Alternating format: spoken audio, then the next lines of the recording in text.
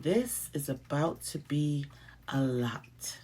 So let's get to the nitty-gritty. It will be heavy. We're going to talk about trauma. If I become overwhelmed at any time during the taping, we will pause it so that I can gather myself again. There's absolutely no way that you're a descendant of people who were enslaved in America and don't have trauma running through your veins. They were forced to be separated from their families. Can you hear their hearts beating fast? Can you feel their despair, their guilt, their shame for simply wanting to stay alive? I could go on and on, but the tactics they used that resulted in hopelessness, irritability, being defensive, that's someone to call non-compliant. All these labels, let's call it what it is, trauma. I'm about to set you free. You are not the problem. See, there's a very clear path from your experiences to your reality. Our experiences travel from our hearts to our thoughts to our actions and words. Words that have power to create reality. But here's the secret. Reality is changeable when you change your heart. Welcome, family, to the very first episode of the Melanin Medicine Podcast. I am your host, Naila Mawusi, and this is about to be a lot. This episode will be shorter than our future episodes, but it will be heavy. So let's get to the nitty-gritty. There's absolutely no way that you're a descendant of people who were enslaved in America and don't have trauma running through your veins. Just preparing to come up here to talk to y'all about this was traumatizing within itself because I had to feel all the feels over and over again. Because of that, if I become overwhelmed at any time during the taping, we will pause it so that I can gather myself again. So let me give you a trigger warning because we're going to talk about trauma. So if trauma may be a trigger for you, this may not be the episode for you to watch. You might want to pick up on our second episode that is airing next Tuesday. So here goes. Over 400 years ago, African people were kidnapped by people with weapons who did not speak their language. They were thrown into boats and carted off to a whole foreign land across the world on a whole nother continent they'd never even been to. They were forced to be separated from their families. Can you hear their hearts beating fast? They were ripped from their children. Can you hear their cries? Can you feel their despair, their guilt, their shame for simply wanting to stay alive? They were snatched from their husbands, from their wives. Can you hear their hearts breaking? Feel their pain. It is filled with trauma. And that's just the beginning. The trauma entered their DNA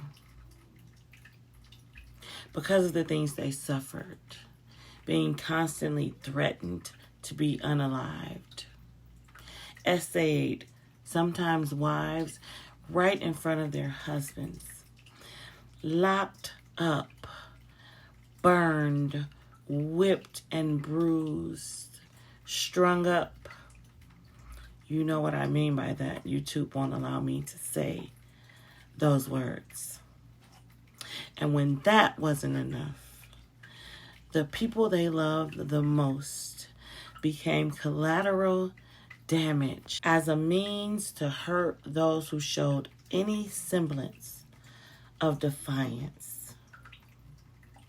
And that's just a drop in a bucket of what they suffered. I don't want to minimize their suffering by any means, but the trauma in my DNA will only allow me to delve so deep into this and still be able to continue to be safe emotionally and mentally. But at this level, can you feel their anxiety, their heartbeats racing, their adrenaline pumping, their stress hormones overloaded constantly, the walking on pins and needles 24/7, cortisone-induced trauma. And the physical trauma was not even the worst of it. The psychological warfare that they suffered. I'm just going to touch on a few symptoms of psychological warfare to get a better understanding. Some of the symptoms are a reduction in group identification. Sounds like a loss of cultural identification to me. The refusal to fight. Sounds like hopelessness to me.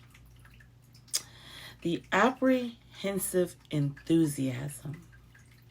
Sounds like waiting on the other shoe to drop to me. Does any of these sound familiar?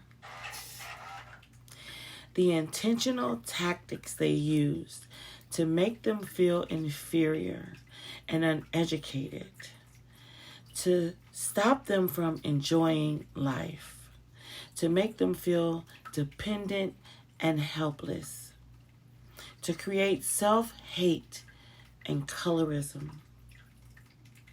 I'm going to repeat those. I need you to listen clearly because I need you to hear me. To make them feel inferior, imposter syndrome, and uneducated. Don't go to college. It's a setup. To feel dependent and helpless, the welfare system. To create self-hate and colorism by the way of the house end and the field end. Dark skin and light skin wars. I could go on and on. But the tactics they use that resulted in hopelessness that some want to call lazy. Irritability that some want to call angry and aggressive. Being defensive that some want to call non-compliant. Hypervigilance that some want to call violent. All these labels. Let's call it what it is. Trauma. People. We need a safe space. And this podcast is it. Now, a little bit about me and how I got here. As I said, I am Naila Mawusi, and I just celebrated a milestone birthday. This has led to a recent name change. Let me explain. Naila Mawusi is not my birth name. My birth name is April Rose. A little over 25 years ago, when I started delving into African culture, I was able to find a name that I felt represented who I am and the things that I intend to manifest in my life. Naila Mawusi was that name. Over the years, that name has been sitting over here on a shelf, okay, while I kept my colonizer name. Now that this milestone birthday has come, I am feeling empowered to step into and fully embrace who I am, who I intend to be, and what I intend to manifest, and that is the name Naila Mawusi. So, as to not disrespect or disregard my parents, I am now sitting my colonizer name over here on the shelf and changing my name to a cultural name that suits who I am, Naila Mawusi. Now, anybody who knows me knows that I am the most optimistic, overly optimistic, positive person, always trying to uplift others, motivate others, and facilitate emotional healing. So this particular episode is hard for me because today, as I said, this is heavy. And not only that, I have to get real. Today, I have to do some things that are uncomfortable for me. Today, I have to get naked emotionally. Today, I have to be transparent and let y'all further into my world than I am honestly comfortable with. But how hypocritical would I be to encourage you to be authentic and not do the same? So as I tell you more about me, I can't promise you that there won't be any tears. And Lord, please, if there are tears, don't let me ugly cry. But first, I am a psychology student. I'm a certified EFT, TFT practitioner. I am a certified emotional intelligence coach. And I've always had this natural ability to help people to heal. I've also worked through many emotional issues that I've had, and I have been able to increase my emotional intelligence. Some of the things that I've healed from are my abandonment issues, which is the foundation of all of my issues. We all have a foundation that our issues tie back to, and usually it is something from our childhood. But with my abandonment issues came no accountability, being a people pleaser. I had trust issues. I was very controlling, and I settled over and over in relationships. And I've been able to heal that. Another thing I've been able to heal from is being SA'd by an ex who was, let's just say, not unarmed. This experience gave me PTSD, and I had all of the symptoms of PTSD, including the nightmares, the hypervigilance, the social isolation, and emotionally checking out of life. I have been able to work my PTSD into remission. I say remission because you're never healed from PTSD. You just simply can get it into remission. It can be reactivated. I have to say my PTSD has probably been in remission this time for about 2 years.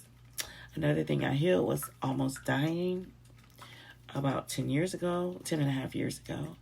I spent a month in the hospital, had to have a major surgery, and no one was sure that I would make it out, but God. That, of course, reactivated my PTSD, which brought about some extra symptoms, but again, I've been able to work that into remission. So here I am, healed from many things. Here I am, still healing from some issues. Here I am as a vessel to be used to help others obtain the healing that you deserve. There are emotional issues that we deal with every day that are directly related to the atrocities our people have suffered and continue to suffer on this land. Because of the sins America has visited upon our people, we all need therapy. I'm going to be honest. But some of us don't want to go to therapy, which is understandable, and I'm sure you have valid reasons. So here I am as an alternative to therapy. Here I am to help my people get free. So I'm excited to announce the launching of the Melanin Medicine Podcast.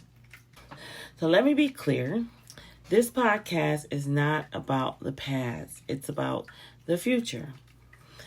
But and however, we can't know where we're going if we don't know where we're coming from. Even in your GPS. If it doesn't know your starting point, it can't give you directions to anywhere.